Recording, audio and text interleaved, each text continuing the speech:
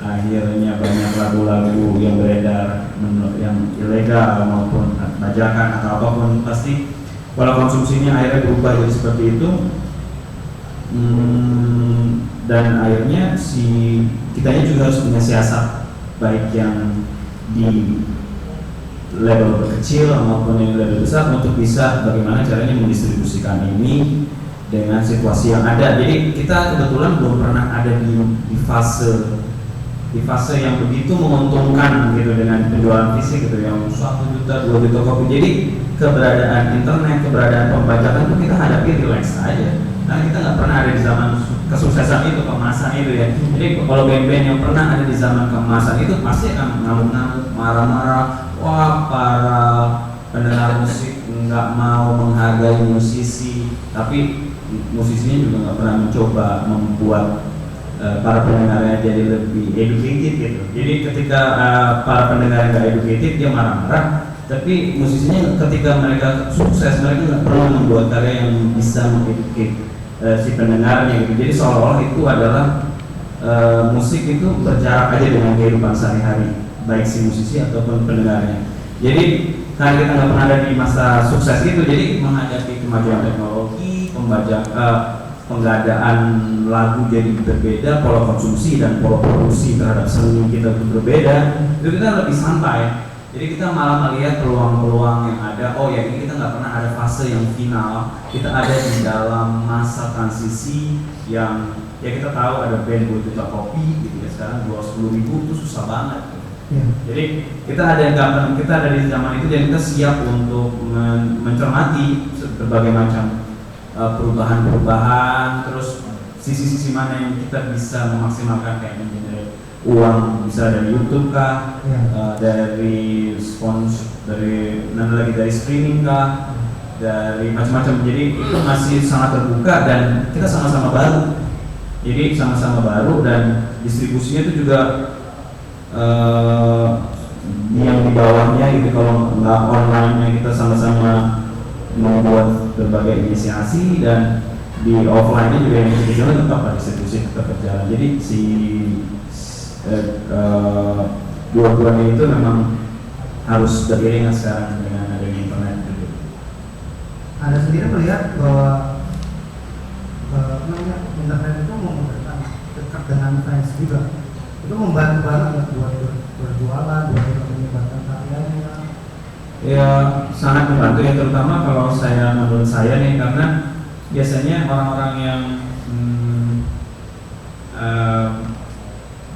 interaktif atau yang sering berinteraksi di internet itu mungkin kelas menengah ke atas gitu. Dan mereka tuh biasanya cukup relate dengan si bandnya, dalam artian kalau bandnya ngomong apa itu dia mencoba mencari tahu ini bandnya mau ngapain sih.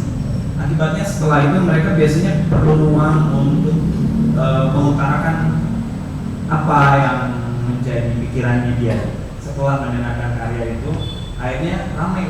Kadang-kadang banyak band yang sebenarnya nggak gede tapi ramai banget di media sosial karena semua pendengar itu speak up gitu.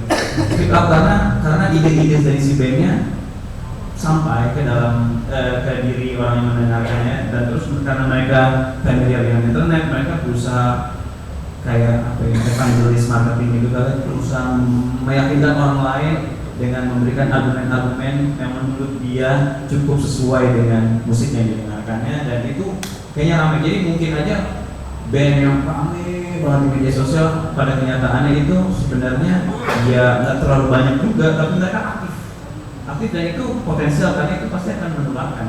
Ketika ada orang masuk ke ranah internet, orang akan ketemunya, wah ini bagus, oh ini bagus, oh itu jadi ajang untuk coba. Jadi itu juga bagian dari keuntungan yang didapat oleh si band gitu, dengan akses yang semakin mendekat antara si band dengan si pendengar musiknya. Kamu sendiri sekarang melihat di internet berubah banyak nih. Apakah itu berpengaruh juga buat musik Indonesia? Apakah pasar lebih gampang diciptakan karena ada internet? Mungkin kalau dulu kan terpaku di TV, jadi penyebaran berartinya di TV. Sekarang sendiri ngeliatnya gimana?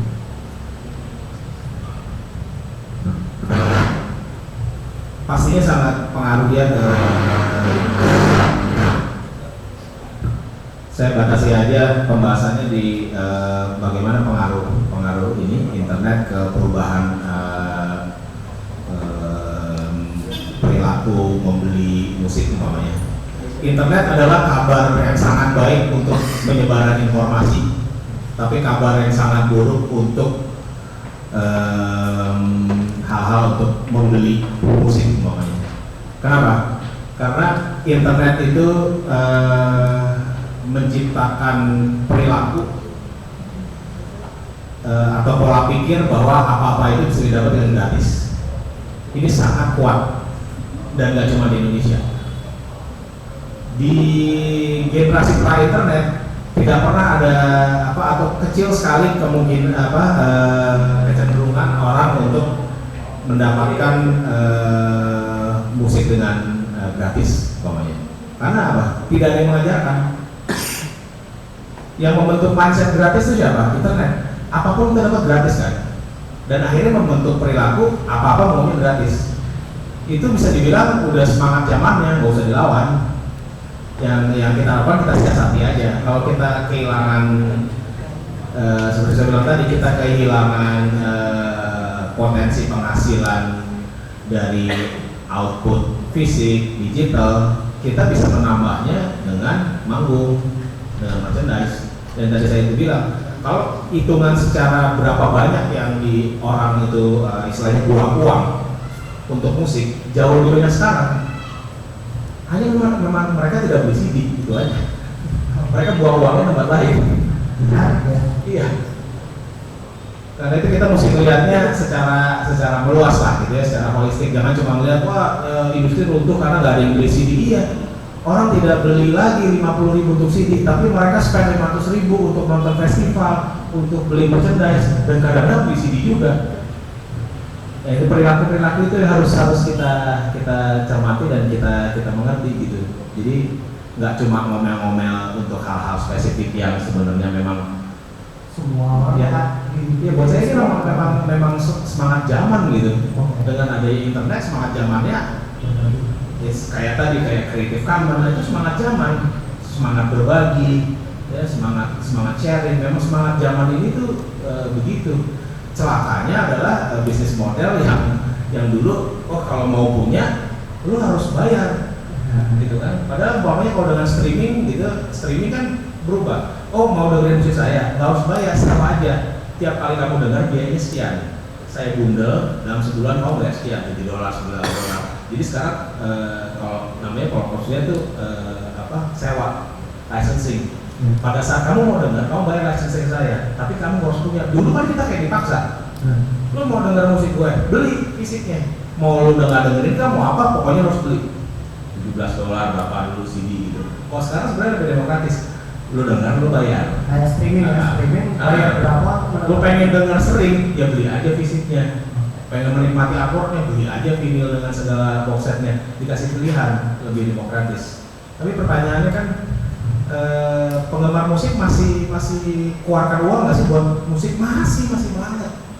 Konsernya oleh berapa jam kan habis? Tiket 2 hari habis. Tiket berapa sekarang harganya? 150 paling mahal. 250.000. Bersedia mengeluarkan ratusan ribu. Orang masih spend buat musik. Hanya memang sekarang ya dikasih tawaran menikmati musik dengan sebuah pertunjukan, ada konser visual yang sekarang keren-keren. Kenapa gue cuma membatasi diri dengan menikmati dalam bentuk output fisik kalau gue bisa menikmati keseluruhan ini? Nah itu semangat zaman juga gitu. Mungkin dari peserta ada yang ingin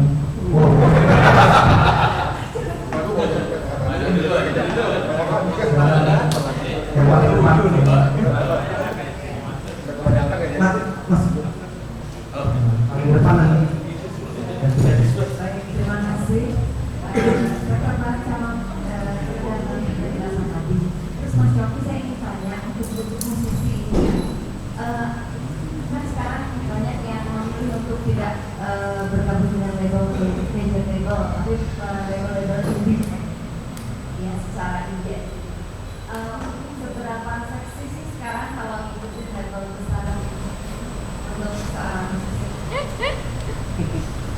Waduh, lagi-lagi saya diajuin pertanyaan yang musisi lebih tepat untuk jawab. Mau jawab dulu? Nggak tahu juga. Ini aja ya, subjektif berdasarkan pengamatan karena saya bukan musisi.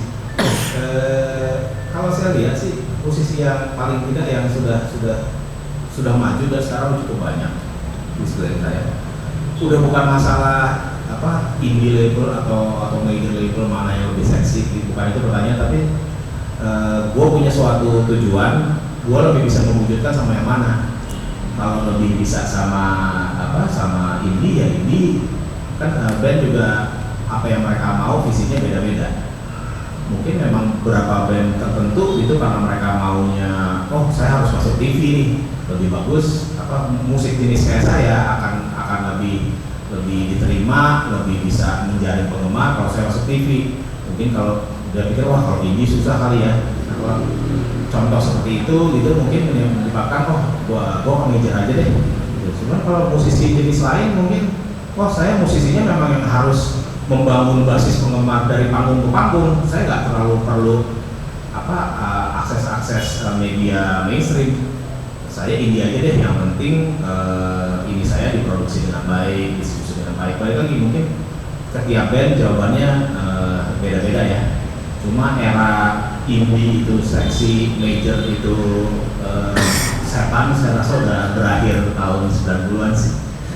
tahun 1998 gitu saya ditempatkan jadi setannya karena saya jadi major label waktu itu. Diskusi sama satu LSM. Saya ada dijebak, saya nggak tahu itu konteksnya. Tahu ngomongin major versus indie tahun 97-98 dan saya jadi majornya. Depan saya adalah grousing. Pas saya grousing, saya pulang kantor itu rapi gitu. Terus depan saya grousing sama Wendy yang baru kenal. Tapi ternyata diskusi berjalan enak dan waktu itu kesimpulan kita cuma ini tahun 1998 ya. Indie itu spirit, indie itu pilihan. Bukan cuma sekedar masalah pola distribusi, pola produksi segala macam. Ini itu pilihan, gitu. Karena waktu itu kita kan sama-sama metal ya, beda ya. Gue metal major label, dia metal ini kan metal bawah tanah. Tapi pada akhirnya kita suka metal. Jadi bahasanya mungkin gampang. Kita waktu itu nanya ke orang-orang yang lain, lu mau major label setan, lu dengerin Slayer nggak? Tahun 97 itu nanya ini itu, emang labelnya apa? Lu tahu nggak? Iya ya, lu bilang setan gitu, kayak tahu aja setan gitu. Kalau dia indie lu bisa dengerin dia nggak? Ya juga sih gitu. Jadi akhirnya kan tidak sederhana itu, sehingga akhirnya kita simpulannya musik bagus ada di mana-mana, major label atau itu tuh sekadar pola produksi dan sekadar menjadi pilihan. Kalau merasa lebih bisa berkembang, lebih diuntungkan dengan salah satu ya pilihan aja gitu. Cuma kan ya media kan senang aja kan ngomong-ngomong, wah major setan gitu, indie penyelamat gitu. Nggak tahu juga sebenarnya seberapa salah gitu. Untuk yang jalan ini sebenarnya waktu itu ya, buat saya waktu itu browsing itu udah perwakilan yang cukup ini lah, cukup kompeten gitu buat bawah tanah. Mereka santai aja tuh dengerin band major label juga, nggak anti juga, ngobrol sama gue juga biasa aja, nggak yang kamu kafir ya, ini major label ya, nggak ada, biasa aja. Jadi kalau saya itu nggak didokumentasikan baik itu, harusnya buat saya pasca masa itu udah nggak ada lagi sih obrolan itu atau wacana kayak gitu. It's been done and dead. Mas Maulid sendiri jadi gimana? Karena di awal karirnya mengirim ke major label, tapi akhirnya udahlah bikin sendiri aja, nggak usah mikir mereka. Pada saat itu semangatnya perlawanan atau pengen aja bikin aja sendiri. Dia pengen saluran ekspresinya, bisa setelah buat album dia pengen bisa disalurin kan, didengar ke orang-orang gitu, dan itu nggak bisa didapat di major label. Ya akhirnya cari jalan keluar lain yang ya kalau dari apa yang kita joki barusan mungkin itu pernah terjadi, tapi pada kenyataannya dari banyaknya rilisan yang terjadi di awal 2000 gitu misalnya, masih terutama 2005 itu masih kurang variatif, atau variatif tapi nggak banyak lah, hanya syarat gitu. Misalnya metal satu apa gitu dibandingin yang pop alternatif sejenis banyak gitu. Jadi emang dan itu susah menembus ke dalam situ dan akhirnya kita cari jalur lain. Sekarang juga banyak yang bikin jalur sendiri kan, jadi udah nggak perlu memikirkan lagi major label tumpuan utama. Oh iya, malah sekarang kan orang lebih banyak nanya-nanya dulu gitu, kalau major label mereka akan dapat apa gitu, karena kalau kecil juga ya dengan independen aja, bebas, kita bisa menentukan sendiri, terus ya restriksinya lebih dikit lah, lebih diatur-atur lebih dikit. Contoh bagusnya kayak pulau sebenarnya, karena dia bisa berangkat dari label kecil yang dibuat sendiri, sampai sekarang ada masuk TV dan lain-lain dengan setengah juga dengan artis-artis yang dibuat sama mereka. Ya, maksudnya ya banyak lah fenomena yang kayak sebenarnya distribusinya kecil tapi akhirnya berhasil, maksudnya mungkin kayak maling ya, distribusi juga sama Universal atau apa gitu, dia hasil jadi besar gitu. Kayak Mocha pun sebenarnya kan dari label kecil tapi akhirnya jadi cukup bisa populer ke arah ke seluruh internasional lah, nasional bahkan ke internasional gitu ya. Nah, silakan tadi banyak banget komponen mana yang mau dari Halo, nama gue Reta, gue lagi modeling ceritanya di Kualitas. Jadi gue punya 2 pertanyaan. Yang pertama tentang kebijakan kesenian di bidang musik. Apa sih menurut pendapat mas berdua, apa sih yang bisa didorong, kayak misalnya dari tadi kita bicara tentang distribusi gitu, apakah pemerintah memfasilitasi distribusi itu, intinya adalah apa yang bisa dikunci dan apa yang sebaiknya dikunci di kebijakan dan apa yang sebaiknya tidak disentuh oleh pemerintah atau tidak diatur-atur. Kemudian yang kedua, tadi Mas Yogi ngomongin tentang medium kayaknya itu aja, penikmatnya juga itu aja. Gue ingat waktu tahun 2011 atau 2012 di TV One sempat bikin radio show. Itu keren banget dan mengembalikan niat gue waktu itu untuk nonton TV lagi ya gitu. Apa sih yang terjadi kok berhenti ya? Habis kontennya habis. Kalau bisa di apakah itu contoh dari pemegang modal yang kemudian menentukan berhentinya konsumsi publik terhadap musik-musik non mainstream, itu aja sih. Oke, silakan. Dari kebijakan pemerintah, apa yang perlu sebenarnya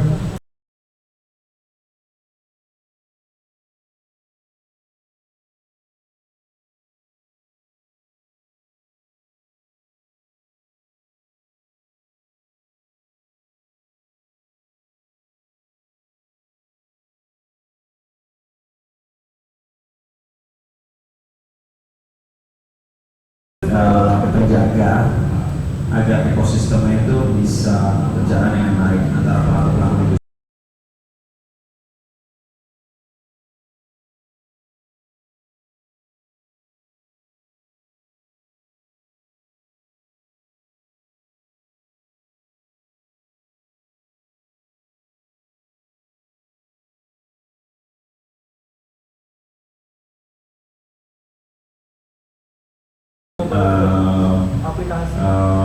Tempat untuk menampilkan musik mereka dengan proper dan layak, itu juga kayaknya bisa menjadi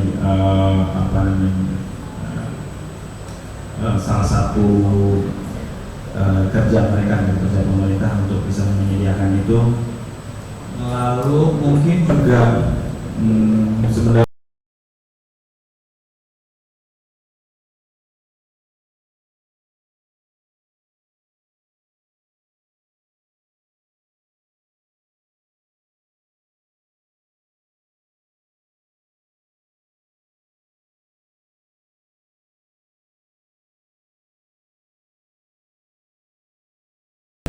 jadi kalau bisa itu izinlah ke Budpar aja, izin ke Budpar aja gitu, nggak bukan ke kepolisian, karena itu bisa jadi bola panas, bisa jadi ajang untuk diperas, mungkin yang berarti boleh, tapi kadang-kadang kalau gue nggak punya duit ya itu kan jadi izin, nggak bisa, padahal sebenarnya kita kan cuma mau menyelenggarakan kesenian atau ingin bermain musik gitu, jadi yang mana unsur-unsur kekerasan yang mungkin terjadi sebenarnya juga bisa kita antisipasi.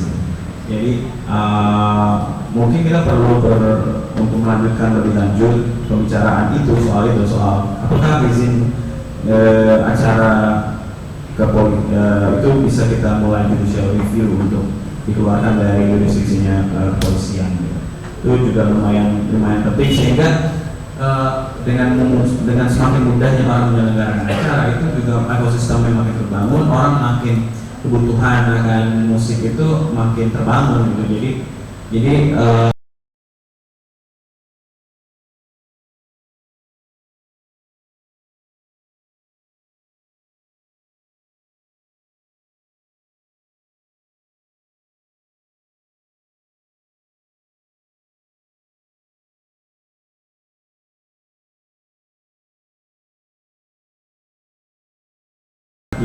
yang bisa menilai sendiri mereka perlu mendengarkan lagu itu atau enggak, yang mana lagu yang mana yang boleh didengar itu kayaknya nggak perlu, yang zaman harmoko gitu ya. Lagu cengeng jangan, itu kayaknya nggak perlu juga gitu. Caranya masyarakat kan akan bisa menilai sendiri. Mereka udah cukup pintar untuk bisa menentukan mana yang mau dia dengar, mana yang tidak dia mau dengar.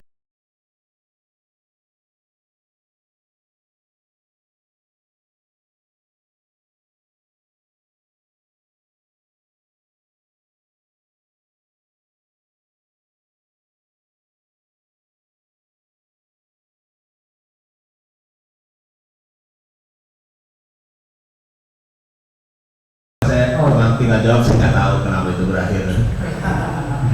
Cuma dengar ini dengar itu, dan saya nggak mau nyebarin gosip. Cuma jujur saya bukan fans acara itu. Kenapa saya bukan fans acara itu?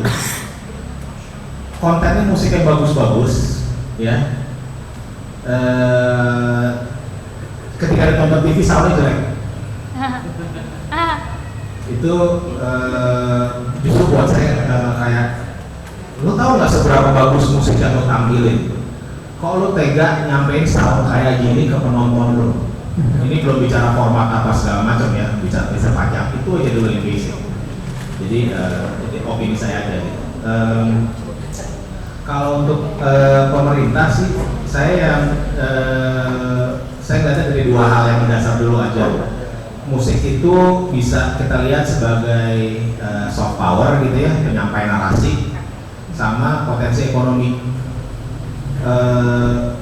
Saya pengen pemerintah apa? Saya pengen pemerintah benar-benar mengerti potensi di dua bidang itu aja.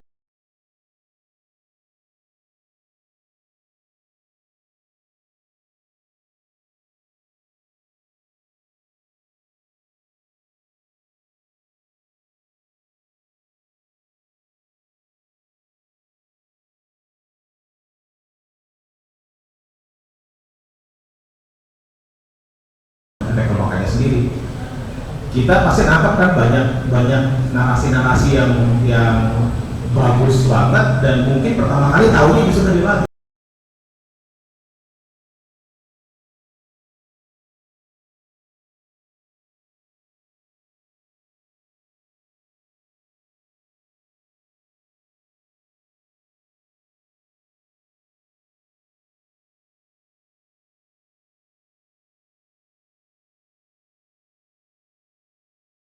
Sehingga nanti ya kayak pembuatan kebijakan turunannya jangan mempengaruhi proses kreativitas, jangan membatasi pesan dan sebagainya, itu akan mengikuti gitu. Dan kedua ya potensi ekonomi, sehingga siapapun yang memilih menjadi musisi pede gitu. Saya tahu gitu, kalau umpamanya saya punya kapasitas seperti ini, bakat seperti ini, nggak usah nyambi kerja yang lain atau apa gitu kan, jadi bisa menjalankan kegiatan berkaryanya juga lebih maksimal. Sekarang sendiri BNKF atau Budpar itu statusnya gimana melihat musik? Sejauh 2 tahun. mungkin yang lebih tahu malah teman-teman di KSI nih soal background udah sejauh mana dengan ini. Kita juga baru masih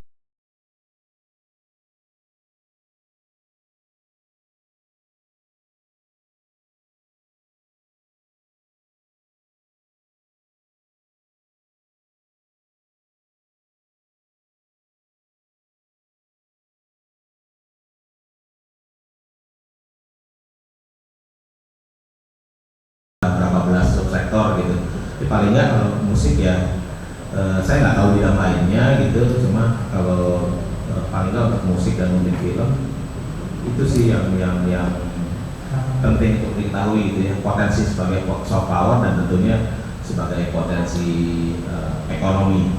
Saya khawatirnya kalau hanya melulu dilihat sebagai potensi ekonomi, malah konten-konten bagus yang dimiliki sama band-band kayak RK itu nggak menjadi prioritas gitu. Padahal itu kekuatan kita gitu, itu aset yang kita nggak sadari gitu. Sehari-hari mungkin kita menikmati aja, wah keren nih liriknya nih, wah bikin bos banget nih gini. Coba umpamanya udah bisa ada studi gitu, ternyata kalau orang dari kecil terpapar dengan musik yang narasinya bagus, ternyata ada hubungannya suatu hari dia lebih resisten sama perilaku.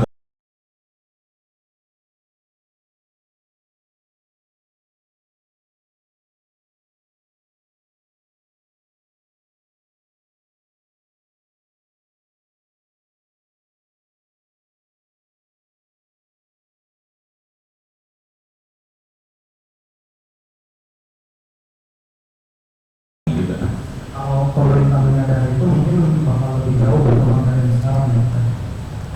Ya paling nggak akan kelihatan di kebijakan-kebijakan yang dibuatnya gitu kan. Tadi soal radio show sendiri, Mas Paul pengen mengatakan? Kayak dampak sosial dari karya seni juga gitu, termasuk jadi bukan hanya di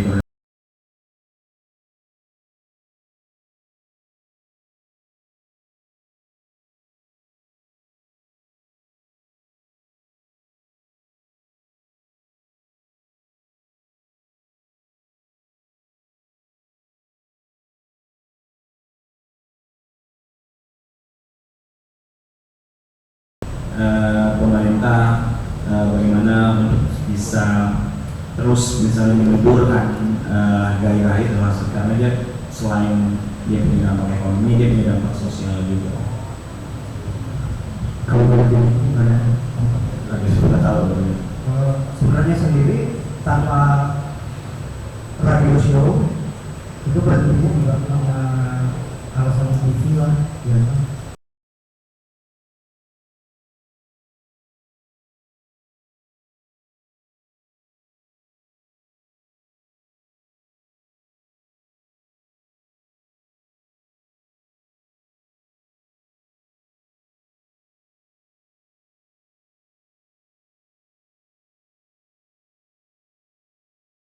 Diskusi ini dari Pak Abdul, dia bertanya apakah boleh. Iya, silakan.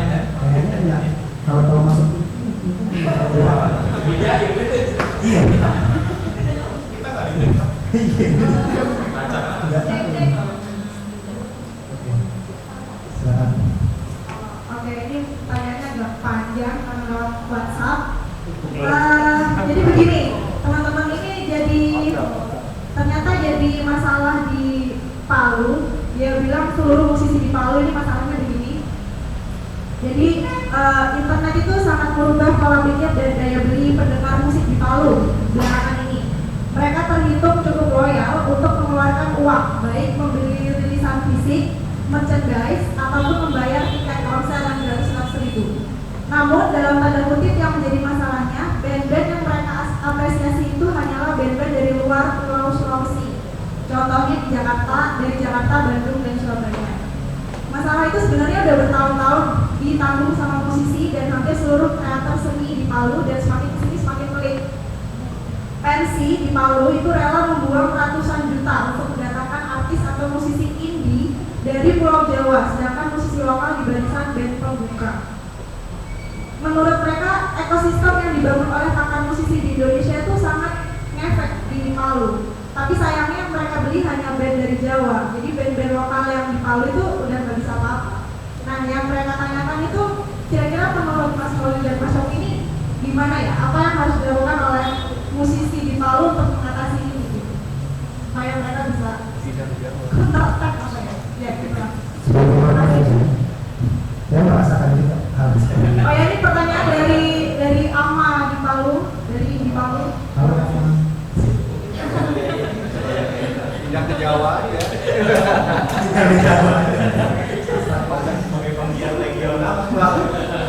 Dari Mas Mauli dan Mas Yofi dulu dan nanti saya juga berbagi sedikit dengan Medan. Ini kan sebenarnya sama hambatan-hambatan yang dihadapi. Misalnya kalau kita di Jakarta ya, kok Yoyo maunya band luar dulu ya, band lokal apa? Jadi band pembuka doang. Jadi Yoyo besar tuh yang dengan memberikan tata suara yang bagus, tata cahaya yang hampir yang kuat, tuh band-band luar dan band-band dalamnya juga itu sebenarnya hampir mirip.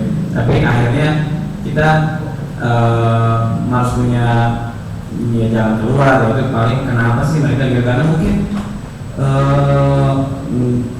nggak ada ikatan emosional satu sama lain antara pemusik. Biasanya itu kalau kita mulai berkumpul, bersekutu satu sama lain antara musisi, itu musisinya akan jadi penonton band yang lain. Itu dulu sih biasanya. Jadi emang yang musisi semua. Tapi 1, 2, 4 ada penonton lain, akhirnya jadi gede. Akhirnya ya mulai ada penonton yang bukan musisi itu ada.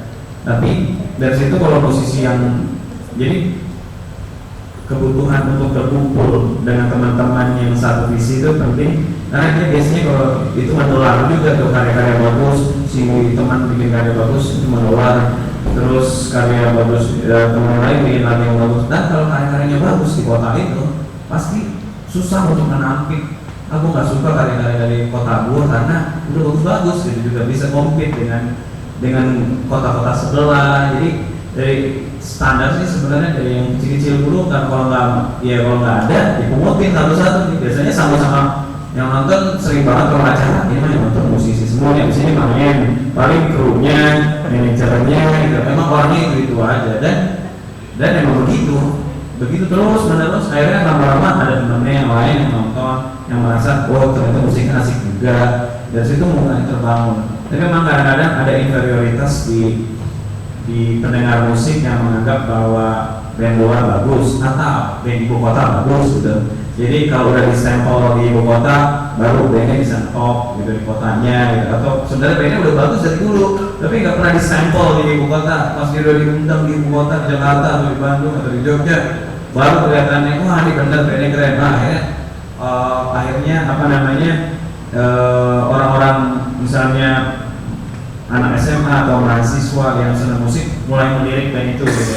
Itu kan sebenarnya juga problem di daerah itu juga masalah juga. Jadi pendekatan itu mesti ngelihat kasus-kasus tertentunya juga sih. Jadi memang udah itu jadi hambatan gitu. Jadi ya kita perlu cari cara untuk melawan itu gitu. Karena terpenting bangun dulu timnya.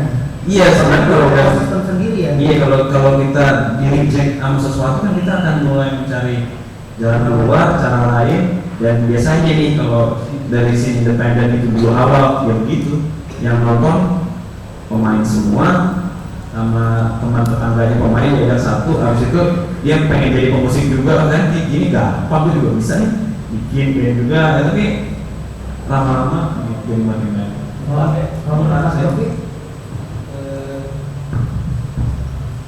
Tadi ada poin yang bagus dari Holil dan saya melihat beberapa contoh band non Jakarta yang berhasil justru adalah band-band yang mengangkat kekuatan kelokalannya. Ya, si Lampuhau kenapa bagusnya dia bicara tentang hal yang dia paling tahu tentang Surabaya.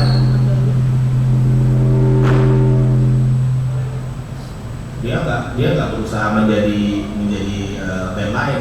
SID kenapa besar ya? Karena dia membawa pride Bali dan skenanya dia. Jadi di luar hal seperti skena dan sebagainya, cuman awalnya kita harus jadi yang paling tahu sama yang paling bangga dulu sama kelokalan kita. Dan kedua, jangan cari alasan, jangan kompromi kalau udah namanya kualitas gitu. Kita mau wah visinya udah bagus, semangatnya keren, pas rekaman nggak rajin nyari sound gitu. Ya nggak ini juga nggak maksimal juga akhirnya gitu. Gue nggak bisa terlalu banyak bicara teknis karena nggak tahu juga gimana situasinya di Palu, tapi paling nggak ya secara prinsip itu sih kelebihan lo kalau di lokal lo yang paling tahu tentang kelokalan lo gitu. Lo bisa nyanyi lebih kencang tentang Palu daripada band Jakarta manapun. Itu yang harus jadi kekuatan awal lo gitu. Mungkin awalnya orang-orang aneh apa segala macam, tapi ya banyak kok yang keren mulai dari aneh, jadi ya nggak apa-apa, santai aja jadi aneh gitu. Ya dan udah ada contohnya gitu, lo nggak usah berasa pionir amat gitu. Udah ada Saidi, ada Sinapukau, ada almarhum Auman gitu, yang semua tuh kuat karena kelokalannya.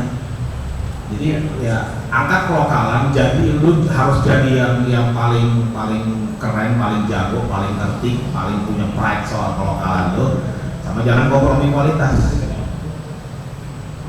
Itu aja sih kalau gue.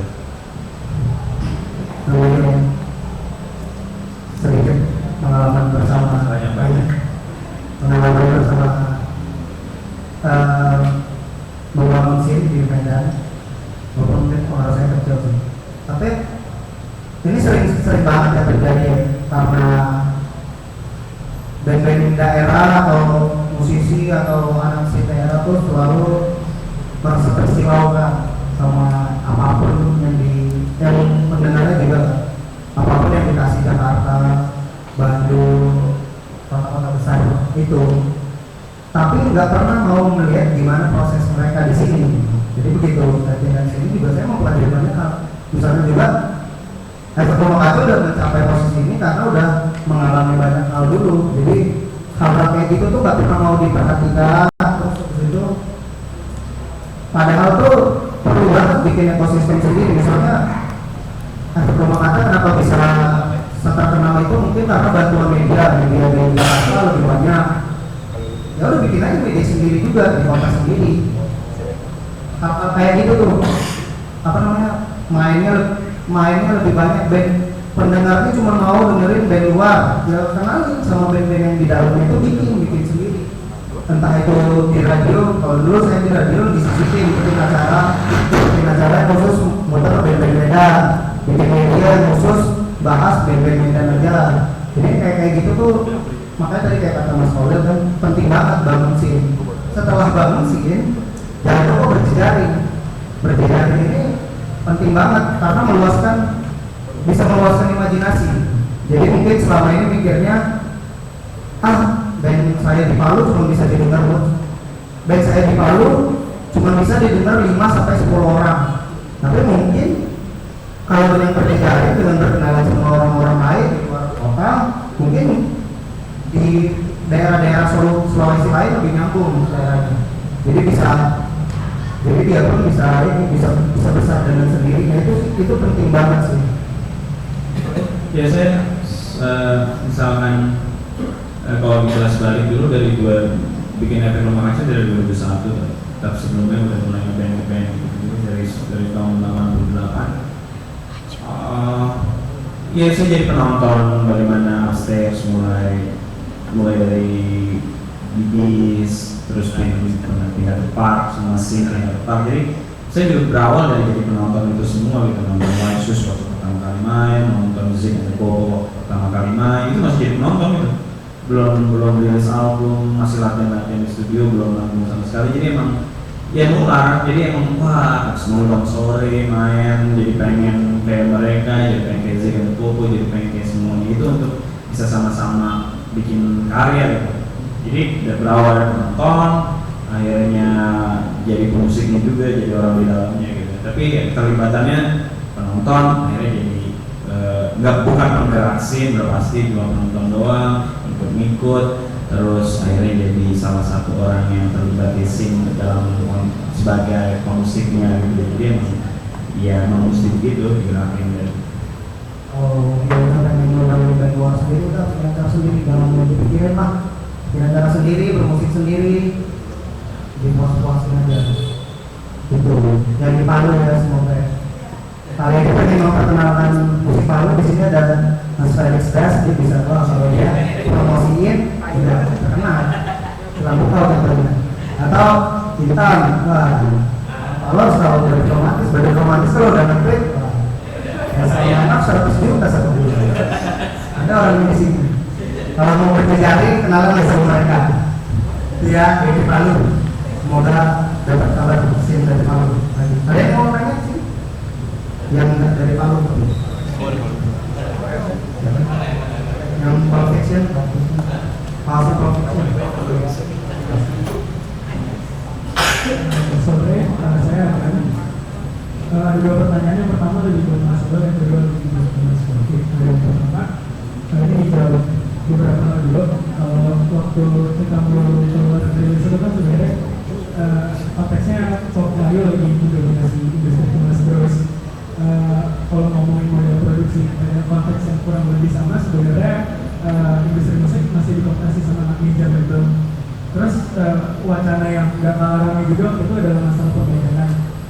Nah, kalau ngomongin dominasi Pop Melayu dan lirik-lirik yang demikian, sekarang kesadaran politik udah lebih banyak dimanifestasikan dalam media. Terus kalau ngomongin kooptasi major label juga sekarang independent label udah banyak banget gitu kan.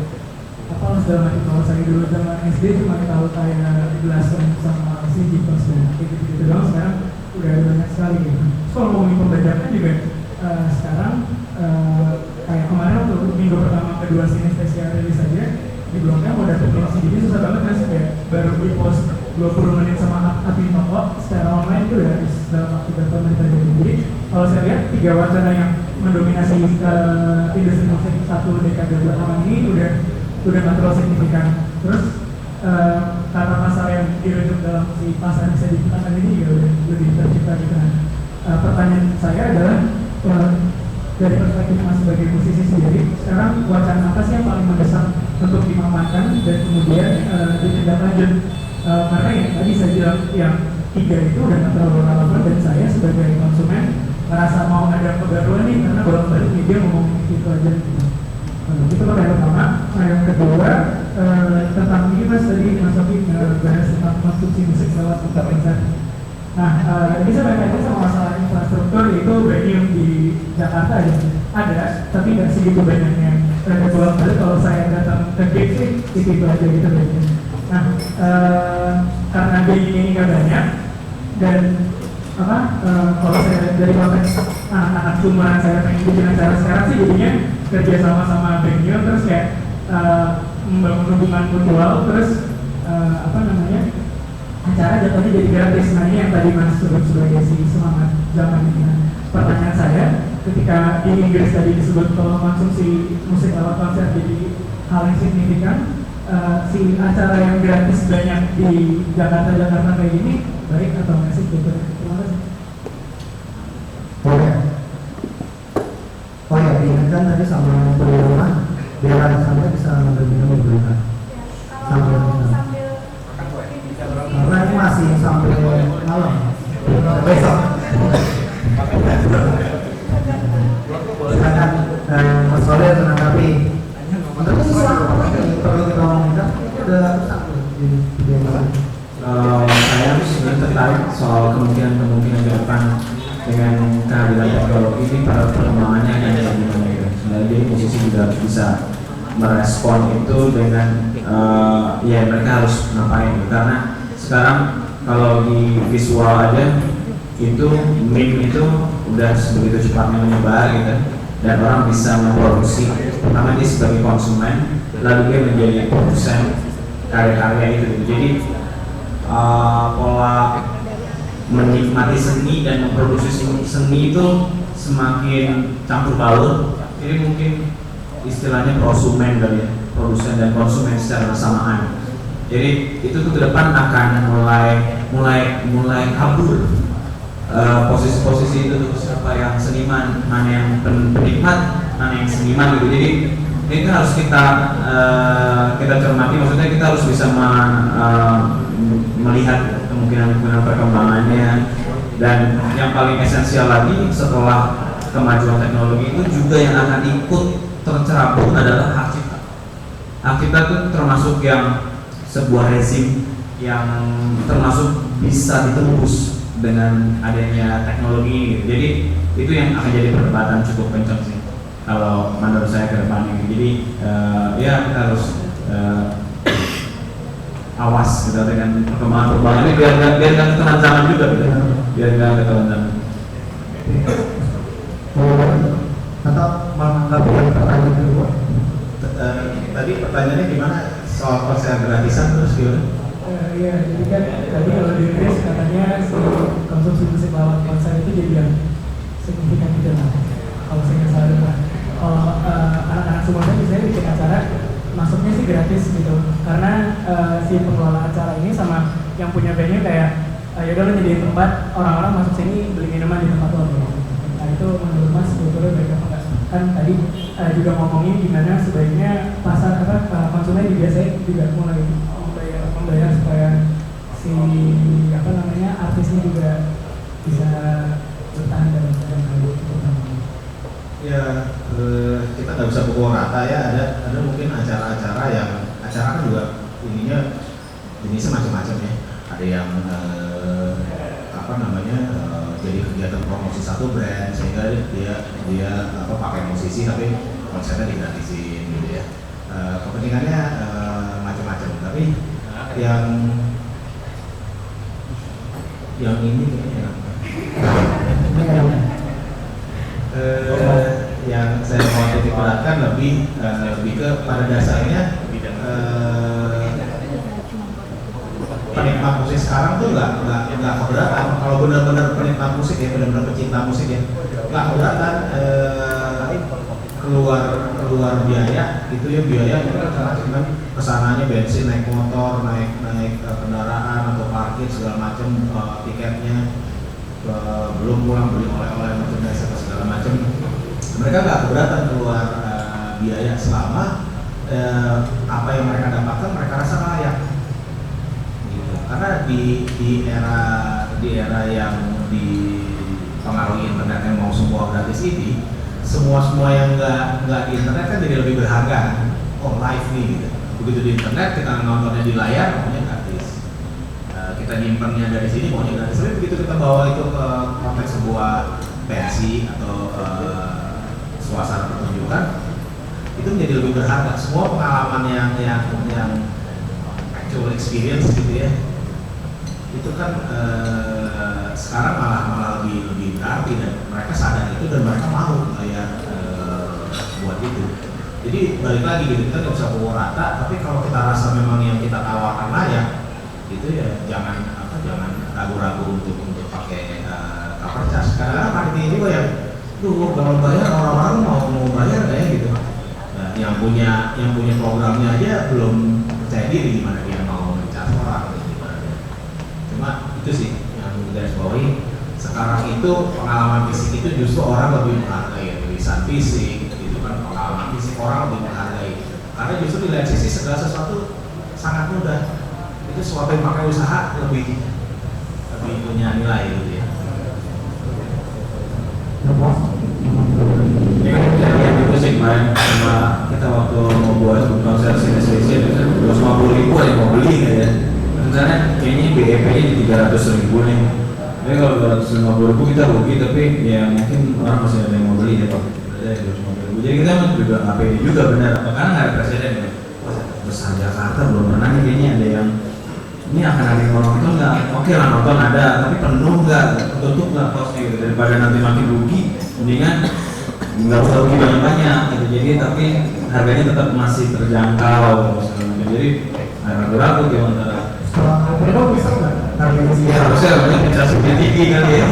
Dua hari gitu ya.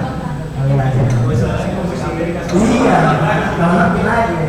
Raw sampai 2 hari. Sekarang masih harus bayar utang nih, harus bayar utang mas. Bayar utang polisi.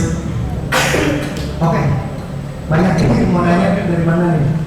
Mau dari depan dulu nih? Oh udah dapat mic. Oke, gue Logi dari rumah ayah 1 orang anak.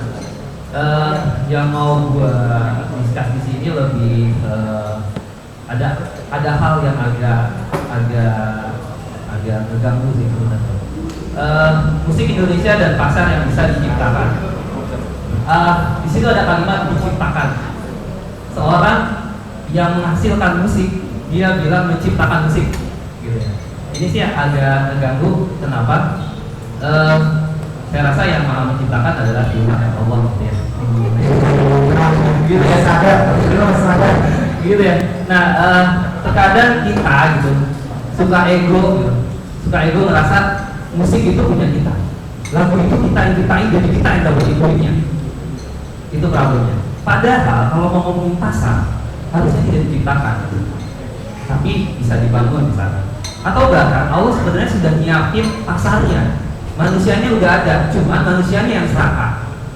Misalkan semua band berbondong-bondong yang bikin anak muda, pasarnya anak muda. Semua ngerebutin pasar anak muda sehingga nggak ada yang mau bagi-bagi pasar. Padahal orang seperti saya butuh banget musik anak-anak. Karena kenapa? Saya punya anak-anak kecil. Disuruh dengerin semua lagu anak muda. Isinya cerita semua. Even ada lagu cinta melulu pun tidak menyelesaikan solusi anak saya. Itu problemnya. Nah, saya rasa saya ingin balik lagi nih gitu untuk menurunkan ego sedikit para musisinya gitu, termasuk saya juga si penikmatnya.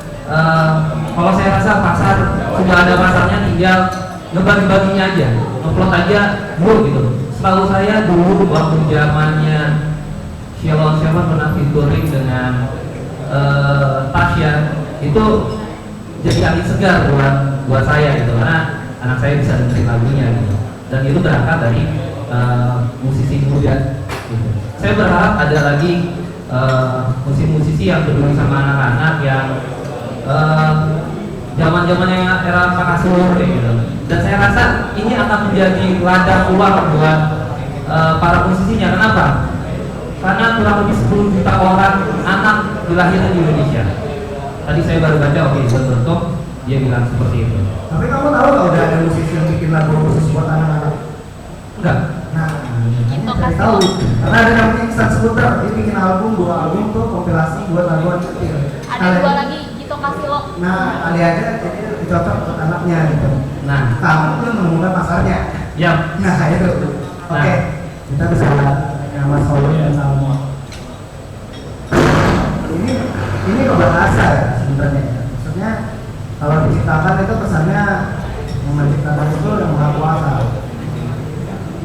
Sama tadi soal ya pasar itu harus dibagi-bagi. Tapi pasarnya udah ada dibagi-bagi, tapi ya kalau saya waktu buat itu konteksnya seperti itu. Konteksnya kita menghadapi hambatan, nggak bisa punya mas, nggak bisa mendapat poinnya, nggak bisa gitu. Jadi bukannya bagi-bagi, siapa yang mau bagi gitu.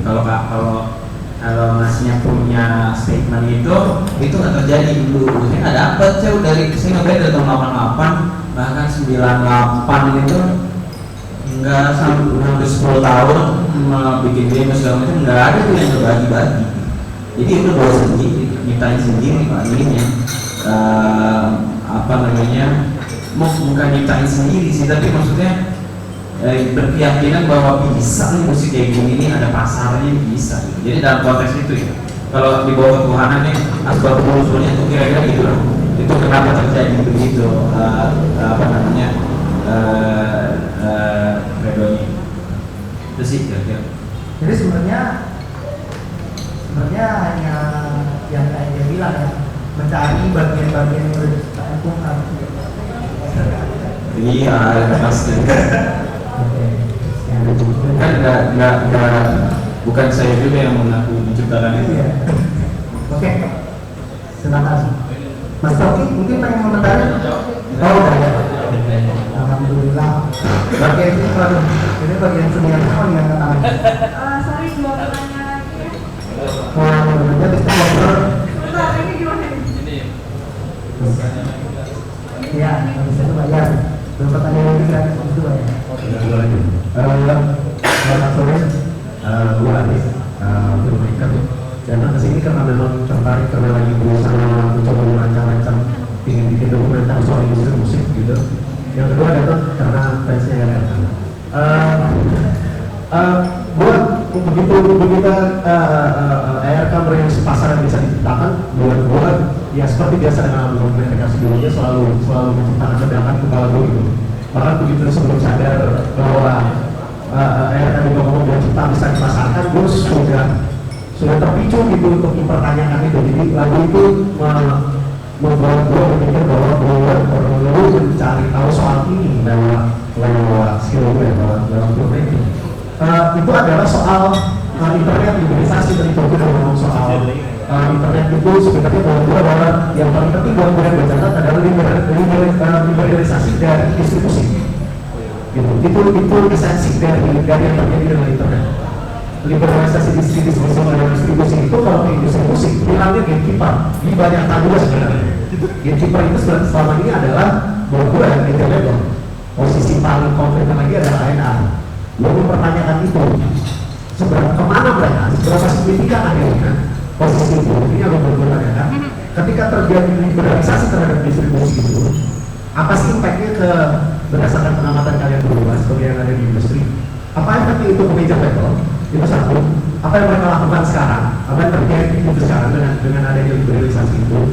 Apakah mereka memang sudah kehilangan jadi benar-benar sudah tidak punya signifikansi lagi di dunia yang sudah sangat liberal ini secara distribusi? Nah yang kedua, sebagai bolak-balik dari pasar yang bisa diciptakan, kita juga bisa dipasarkan adalah dari sudut pandang konsumen. Ketika tidak adanya gatekeeper itu lagi, siapa sih sebenarnya sekarang yang menjaga soal kualitas dari sudut pandang konsumen? Karena sedikit yang terjadi terbalik dengan industri yang global ini. Di industri film Indonesia, gatekeeper itu tidak pernah terjadi. Kita tidak pernah punya distributor besar, semua produser dalam pada dasarnya independen, menteng filmnya sendiri ke toko, gitu ya, langsung ke warung, sehingga tidak ada filter yang menyebabkan banyak film sampah di layar-layar teman-teman sekarang di bioskop gitu. Nah, apakah itu juga akan terjadi nanti dengan liberalisasi ini di industri musik gitu, ketika tidak adanya gatekeeper itu berada di sini, ada dua mata koin gitu ya. Di satu sisi dia terjadi impactnya ke media label seperti apa, yang kedua ke konsumen seperti apa, siapa yang menjaga kualitas gitu sekarang. Itu gue bertanya karena ya gue konsumen yang betul-betul menganggap musik sebagai salah satu inspirasi gue gitu. Mister Lirik aja bisa jadi inspirasi gue dan menjadi film gitu. Jadi siapa yang akan kasarnya kalau teman-teman tadi itu sendiri gitu ya, siapa yang akan menjaga kualitas musik yang mau gue denger ini dengan terjadinya liberalisasi distribusi. Terima kasih Mas Pauler. Ada dua pertanyaan tadi, bagaimana impact liberalisasi yang karena yang disebabkan internet, satu lagi siapa yang sebenarnya pantas jadi gatekeeper, karena itu bahwa ini kualitas yang bagus. Buat saya liberalisasi nggak ada hubungannya sama kualitas. Musik bagus sama musik sampah udah ada dari dulu. Cuma sekarang mungkin nyampainya lebih cepat aja. Dulu mesti nonton TV dulu baru dapat musik bagus atau musik nggak bagus, musik dengar dari dulu. Sekarang karena tiap hari kerjanya nonton aja buka ini, semuanya masuk ke kita tanpa adanya filter. Kalau tanya filternya siapa sekarang, namanya aja liberal. Ya, filternya diri kita sendiri. Kalau kita mengharapkan ada sistem kontrol, namanya bukan liberal, itu jadinya politik gitu ngomongnya. Tapi kalau namanya liberal ya, siapa kontrolnya kita sendiri, siapa kuratornya kita sendiri. Dari jadi nggak ada tidak ada hubungannya antara liberalisasi sama kualitas, hanya teknologi mempercepat konten sampai ke kita, itu aja. Kalau mungkin nyampainya banyak yang sama ke kita harus mempertanyakan sistem filter kita udah bener atau belum. Kenapa kok sampah? Mungkin salah milih teman, mungkin di sosmed atau gimana, sehingga kita jadi sering lihat postingan sampah itu yang lebih relevan untuk dibahas gitu. Karena memang tidak pernah ada otoritas sebuah kualitas output musik di negara manapun gitu ya. Dan tak perlu Ya, dan kualitas juga bisa jadi pembahasan sendiri yang panjang. Ini kualitas produk siapa, ini apa segala. dan dampaknya gunakan mungkin lebih ke ya. Ini nggak menjawab pertanyaan Aris, tapi mungkin juga memberikan gambaran bahwa liberalisasi itu mereka di industri musik dunia gitu mulai ancang-ancang akhirnya setelah cukup terlambat lah kehadiran iTunes itu mereka akhirnya sudah mulai toko-toko CD yang tutup mulai tergantikan dengan penjualan digital. Akhirnya dari situ walaupun download ilegal masih banyak, tapi itu meningkat kuat. Dan itu tidak terjadi awal-awal itu di Indonesia gitu. Belanja musik online itu rendah, toko-toko CD juga tutup, jadi memang benar-benar nggak seperti yang di luar gitu. Kayaknya kalau menurut dugaan saya memang kita belum terbiasa melakukan budaya online dan budaya belanja online. Palingan kalau kita ada di forum-forum biasanya kalau beli itu COD, jadi ketemu bayar. Kalau kita ketemu nggak bayar, nanti takut kena tipu segala macam. Jadi trust jadi hal yang penting juga untuk masyarakat kita, sehingga belanja online paling baru 2 tahun belakangan ini gencar gitu. Karena memang udah nggak bisa, udah keniscayaan nih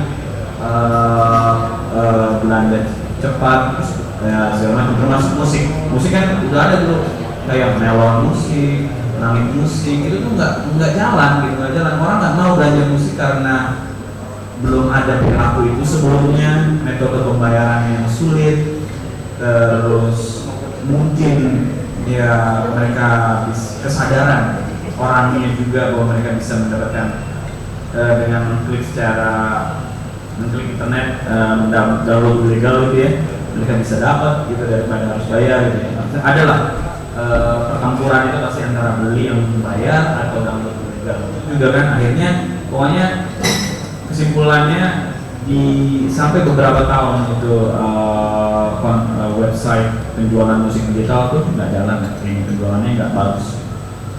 Terus kayaknya itu perbedaan dengan di luar. Tapi di luar itu udah cepat antisipasi dan kayaknya trust sudah terbangun satu sama lain di kultur mereka gitu. Jadi demokratisasi berjalan dengan baik mungkin, sehingga perpindahan pola konsumsi penyebaran informasi juga berhasil diantisipasi dengan mulus. Kalau kita belum terbukti setelah ada sudah disediakan, orang nggak bergerak untuk melakukan itu gitu. Agak beda gitu. Jadi emang kita ada di titik lebih rendah lagi bahwa kita belum lengkap melakukan demokratisasi nilai-nilai di warga masyarakatnya itu belum lengkap lagi. Terus kalau kualitas saya setuju bahwa banyaknya pilihan akan membuat yang berkualitas akan ada, yang nggak berkualitas juga akan banyak. Jadi kita emang berharap, kalau saya berharap bahwa itu akan menjadi kompetisi yang sehat gitu. Maksudnya orang mau tertantang untuk bikin karya yang bagus lagi, karena harus semakin banyak dan semakin mudahnya upaya untuk membuat karya, sarana-sarana untuk membuat karya. Kalau soal signifikansi posisi gatekeeper sekarang kan mereka tetap ada, kan tetap ada. Apa yang sedang terjadi sih dengan mereka saat ini? Dengan posisi lain, mereka masih melakukan proses gatekeeping gitu kan sampai sekarang gitu. Apa yang terjadi sekarang? Saya rasa sih posisi Enar itu bukan gatekeeper, dia berusaha menangkap, harusnya ya, dia berusaha menangkap apa yang lagi disukai dan menggali potensi ekonomi buat perusahaannya dia gitu. Dia nggak ada kepentingannya jadi gatekeeper atau tastemaker. Dulu mungkin yang lebih jadi tastemaker tuh media, radio gitu ya. Radio dulu sangat bangga dengan posisinya sebagai tastemaker gitu, media musik gitu ya. Itu yang memang secara fungsi mereka yang harusnya menjadi penyeimbang gitu ya. Tapi kalau label mereka kan perusahaan, kepentingannya ya perusahaan ya profit, pertumbuhan bisnis dan sebagainya. Mereka nggak ada agenda gatekeeper karena mereka memang tidak diciptakan untuk fungsi itu. Buat saya itu gitu. Dulu mungkin iya gitu pada saat major label masih berisi generasi awal, kan mereka juga banyak berasal dari orang media, jadi terbawa mungkin kulturnya bahwa mereka menjadi pacemaker juga. Cuma makin kesini atau paling enggak dari sedikit pengalaman yang saya alami dulu beberapa tahun, tidak pernah sih ada agenda kita menjadi pacemaker. Kalaupun ada, kepentingannya bisnis. Kita mau menciptakan tren suatu genre gitu, karena memang repertuar kita lagi banyak itu, jadi kita berkepentingan, tapi kepentingannya bisnis, bukan untuk estetika kemaslahatan masyarakat enggak. Dan bukan pada tempat yang mengharapkan itu dari media yang melakukan itu. Sebenarnya berikut itu bertanya posisi itu kan media pertama lagi, terutama radio sekarang di posisi ini masih tetap menjadi menjalankan posisi itu apa enggak? Saat ini gimana situasi? Saya nggak terlalu bisa jawab radio karena memang bukan pendengar radio yang baik. Kalau sekarang radio lagi fokusnya adalah memutar hits player. Jadi tuh keadaan radio itu sekarang udah nggak kayak dulu juga, nggak pernah pergi radio juga. Dalam 5 tahun terakhir itu berubah banget jadi hits player. Terus juga malah ada peraturan yang malah peraturan yang aneh. Mereka bahkan udah nggak gatekeeper lagi. Misalnya kalau kayak musisi Indonesia ada peraturannya baru-baru ini didengar nggak boleh hanya boleh yang diputar lagunya di atas 3 chord. Dan itu keadaannya sekarang. Kalau dulu mungkin karena lagunya kepanjangan atau lagunya nggak sesuai dengan marketnya, tapi itu sekarang keadaan kayak gini. Gatekeeper lalu media yang masih kompeten. Kalau label memang yang kayak terima stoki dan modal nggak lagi. Nah, itu ada dan terakhir pertanyaan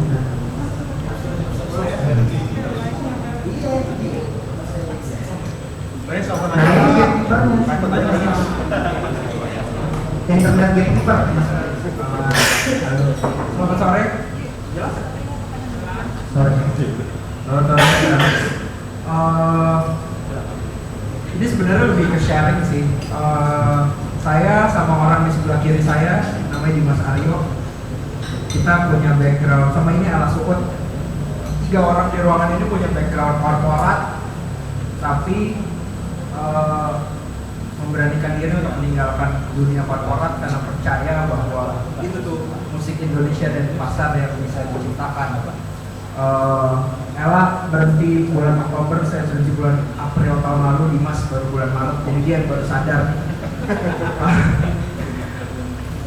Ada satu kondisi yang sebenarnya sangat menyenangkan sekarang yang sebenarnya jadi reaksi dari aksi-aksi yang dilakuin sama orang-orang di sekitar kita yang memperjuangkan musik menurut mereka yang bagus. Sekarang ada fakta-fakta ekonomi yang beneran bikin sebenarnya semuanya tercengang. Setidaknya ada 5 band di Indonesia, kelasnya Efek Rumah Kaca, Sore, Burger Kill, The Sigit, dan White Shoes and the Couples Company. Income kotor mereka tanpa pernah bayar pajak. Benerin kalau lu bayar pajak, tanpa pernah bayar pajak, itu miliaran. Itu miliaran. Kenapa bisa cuman dari main? Kayak misalnya Sore tahun 2015 arguably, karena gue juga yakin dapur mereka nggak seneng di Sore arguably adalah band paling sibuk di di Indonesia, band independen paling sibuk. Mereka main lebih dari 60 kali. Paling busuk, mereka bisa dapat 30 juta sekali. Lu bayangin, 1,8 miliar nggak bayar pajak. Terus orang pajak kan? Nah, bego sih nggak bayar. Orang pajaknya bego soalnya kan. Efek Rumah Kaca baru mulai aktif pertengahan tahun ya, tahun lalu ya. Habis Lebaran, dan mereka menurut Asra yang paling terkenal dari Efek Rumah Kaca, setidaknya mereka main lebih dari 20 kali, 30 kali. White Shoes and the Campus Company punya hal yang sama, The Sigit punya hal yang sama, Burger Kill juga. Dan kalau dilihat nama-nama yang saya sebutin itu semuanya jenisnya tuh beda. Si A main ini, si B main ini, si C main ini. Jadi sebenarnya kalau diambil sebagai contoh, itu udah bisa bilang dengan sederhana, dengan data yang satu parameter itu aja, income kotor, bahwa ada satu kondisi di mana industrinya tuh udah jadi sekarang. Itu kalau kita ngomong ekonomi. Terusnya banyak lagi turunannya di dalamnya yang kayak contohnya ini kita bertiga ini gitu. Kita bukan musisi. Kalau di industri musik itu kan pemain utamanya musisi ya. Mereka yang melakukan proses kreasi, mereka yang melakukan proses penciptaan. Saya penulis, Ella jadi penulis, sekarang Dimas bisnis music licensing. Tapi kita berani meninggalkan kehidupan korporat yang memberikan garansi finansial, ngelihat ke sini gitu. Jadi emang sebenarnya kalau kita bisa punya opsi untuk melakukan apa yang kita senang, kan enak ya. Itu mewah banget. Dan kemewahan ini sebenarnya balik lagi hasil dari bertahun-tahun. Tadi Khalil bilang dia mulai tahun 2001 datang ke Bibis, atau Coki cerita dia berdebat kejebak sama anak-anak Grausik tentang indie versus major di tahun 1998. Kondisi ini sebenarnya jadi bikin orang-orang yang berprofesi di scene ini punya banyak pilihan gitu. Punya banyak pilihan dalam artian ini saat yang tepat untuk kita bereksperimen tahap selanjutnya. Kita mau ngapain dengan dunia musik yang kita punya. Kayak saya selalu kagum sama Efek Rumah Kaca yang punya tarif nggak murah untuk korporat, tapi mereka masih punya alokasi. Kalau diajak teman main untuk acara amal, asal kuat argumen dan segala macam, mereka main. Atau mereka misalnya membandrol harga kaos 100.000. Kalau beli langsung 100.000 sekarang. Oh, kacau. Jadi 100.000 itu kalau bisnis kaos ya nggak masuk loh. Kalau ada third party-nya nggak masuk. Jadi bandnya harus memproduksi hanya untuk memenuhi, bandnya harus memproduksi langsung hanya untuk memenuhi fans mereka supaya bisa punya merchandise ya. Dan menurut saya itu satu hal yang kita bisa bilang fuck you attitude, yang keren banget sih sebenarnya. Fuck you attitude itu yang justru sekarang bisa dimain-mainin nih. Kayak misalnya bikin pertunjukan di gedung-gedung pertunjukan yang tadi sempat disinggung, harganya dimurahin sama Ahok. Saya bikin seri namanya Bermain di Cikini. Itu secara spesifik menyasar satu niat untuk memberikan pengalaman ke band-band gimana caranya main di gedung pertunjukan. Banyak banget band yang sekarang kalau dikasih tahu, kita main di gedung pertunjukan ya, mikirnya tuh udah gimmick aja semua. Kayak ini harus featuring ini, harus ini segala macam. Padahal sebenarnya lu main aja yang bener. Emang bisa lo main yang bener? Belum tentu bisa kan? Kayak gitu. Kejadian sama Sore dan Moka, saya bikin 2 pertunjukan mereka di kedutaan Prancis. Sore yang tadi saya sempat bilang band paling sibuk dan mungkin band paling besar penghasilan kotoran tahun 2015. Itu yang namanya Ade Paloh yang bisa menaklukkan 10.000 orang di lapangan gede, tiba-tiba keok, cuman main di depan 180 orang, lampunya mati karena tidak terbiasa. Arina Epifania keliling dunia, main di mana-mana, sudah sangat terbiasa dengan crowd yang gede juga, perlu 8 lagu untuk santai. Jadi ini salah satu contoh dari apa ya, dari kemewahan yang kita punya untuk mencoba berbagai macam hal. Pertunjukan itu tadi balik lagi juga jadi apa ya, jadi kayak semua kan ada proses ya untuk sampai ke big fish ini ada proses. Tapi kadang-kadang orang cuma ngelihat ujungnya aja, tapi justru yang perlu dilakuin adalah mulai bikin pertunjukan yang sederhana, mulai ngumpulin esensi yang oke, ada 5 band, patungan, yang nonton mungkin krunya, tetangganya, segala macam, studio gig. Di Jakarta ada geng Kolibri Records yang sering memfasilitasi teman-teman dari luar kota untuk main di Jakarta tour. Mereka punya seri studio gig yang sebenarnya anak punk rock juga udah ngelakuin itu bertahun-tahun. Jadi eksperimen-eksperimen seperti ini justru yang bikin kita hidup dan bikin kita bisa melestarikan kemewahan ekonomi yang mungkin kita kan nggak tahu umurnya berapa lama nih. Bisa jadi ini cuma kayak emang trennya aja, band independen lagi dapat angin, semua orang mau bayar karena mereka atas nama out of the box, cutting edge, apalah yang basi, itu semua orang yang berbeda, padahal sebenarnya sih lama-lama aja. Jadi periode ini menurut saya sih satu hal yang sangat menarik dan semua orang bisa melakukannya. Coba bayangin kayak bikin pertunjukan, saya bikin di teater kecil, ongkos sewanya 3 juta, kasih operasional orang 2,4 juta, soundnya udah ada, bayar kru segala macam. Ya kemarin cerita saya bikin Ari Reda karena interaksi yang hangatnya 1-2 malam kami menjual 260 CD. Bayangin 260 CD yang semuanya personilnya oke, buat siapa? Oke, kita tanda tangannya. 2 minggu lalu saya ikut Tornado Lupa di Surabaya. Oleh begitu selesai main digerebek orang, minta tanda tangan, dibuat merchandise, anak-anak White Shoes menandatangani merchandise yang mereka beli. Itu tuh sebenarnya kayak balik lagi kan, itu turunan tuh dari bisnisnya segitu gede. Itu yang bikin satu value tambahan yang mungkin membuat apa yang ada di sini nih benar gitu sih. Jadi emang sekarang pelaku industrinya pelaku di dalamnya emang harus kreatif untuk persoalannya what's next sih. Udah bukan lagi apakah pasar ini bisa diciptakan atau enggak, pasarnya udah ada. Kalau lu bilang statistik sama wirausahawan mana juga, kalau lu punya income 2 miliar setahun, men, udah jadi bisnis lu.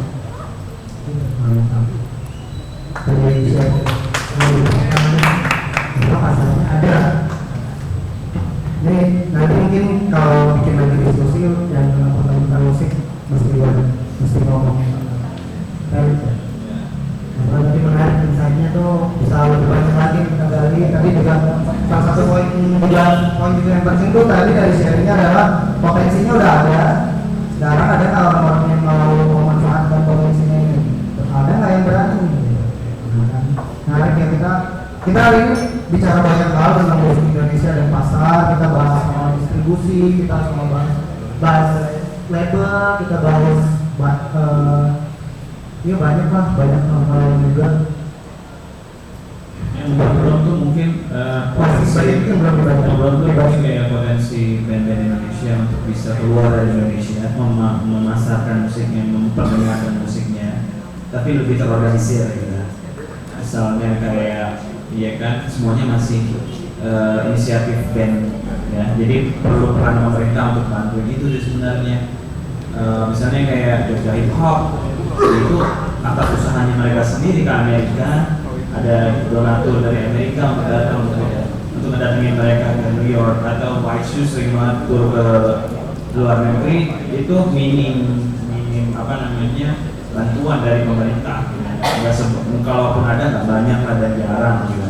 Jadi sebenarnya itu kan sebenarnya potensi yang dimiliki oleh band Indonesia untuk menjadi agentnya soft power yang tadi yang bilang Coki itu tentang untuk menerangi Indonesia itu. Jadi pemerintah perlu melalui atas budayanya juga perlu terlibat jauh mendukung gitu upaya-upaya yang dilakukan band-band ini, dan bagaimana mereka bisa mempromot band-band Indonesia, ya baik yang populer maupun yang tradisional. Kalau yang tradisional lebih mudah, walaupun mungkin tetap sulit tapi tetap lebih mudah dibanding band-band populer yang karena udah ada industri, jadi kayaknya bisa jalan sendiri. Padahal sebenarnya mereka bakal mati untuk, dan beberapa band yang kemudian diundang main di luar negeri yang mungkin itu nggak banyak yang dapat di dalam itu pasti mereka kesulitan main. Belakangan Tesla Mana, sebelumnya Sigmund, ada yang sekarang mau berangkat siapa? Iya, Shaggy Dog South by Southwest. Jadi emang banyak sebenarnya bisa jadi agent. Kalau nggak salah kalau yang band Bandung waktu itu disokong disupport sama Ridwan Kamil, Jasad sama Burger Kill ya. Nah kalau bisa kan pemerintah kota atau pemerintah provinsi atau pemerintah pusat juga mulai concern kalau ini nanti masalah luar bisa ditaklukkan. Jadi ya bulan itu ada dalam beberapa bulannya ada 7-8 yang bakal keluar nanti yang Nomora dan lain-lain. Kita semoga ada kesempatan juga untuk membicarakan yang seperti itu. Jadi terima kasih untuk Mas Maulil, terima kasih juga Mas Coki, terima kasih buat peserta yang datang, buat yang udah sharing, buat